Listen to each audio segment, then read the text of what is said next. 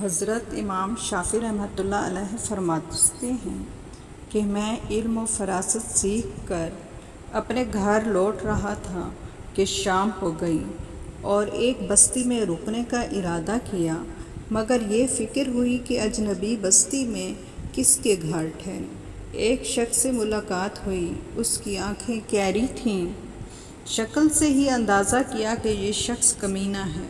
سوچا اس سے پوچھ تو لیں کہ یہاں کہیں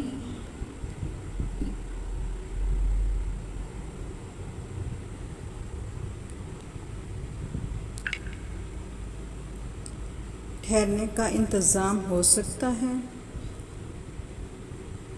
اس سے معلوم کیا تو وہ مجھے اپنے گھر لے گیا اور بڑا کرام کیا، کھانا کھلایا، خوشبو پیش کی، میری سواری کے لیے چارے کا انتظام کیا، سونے کے لیے چارپائی لگائی، اس پر لحاف ڈالا۔ اس کی جانب سے اس قدر اکرام و بھگت اور آرام کا انتظام کرنے پر سکون کی نیند سونا چاہیے تھا، مگر میں رات بھر یہ سوچتے ہوئے کروٹیں بدلتا رہا کہ میرا علم و فراست سیکھنا فضول رہا، چونکہ میں اسے کمینہ سمجھنے لگا تھا۔ اس کے برعکس وہ بڑا خوش اخلاق اور نیک خصلت نکلا۔ میری محنت اور اس علم کے حصول کے صرف کا کیا ہوا؟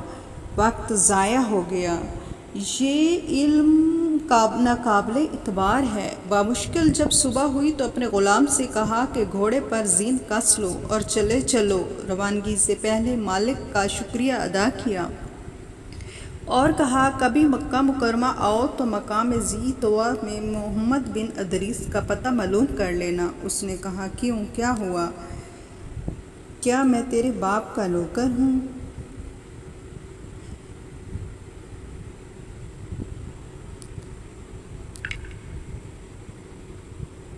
میں نے کہا ایسا تو نہیں۔ اس نے کہا میں تمہارے لیے رات انتظام کیا۔ وہ کہاں سے کیا؟ میں نے پوچھا کیا مطلب؟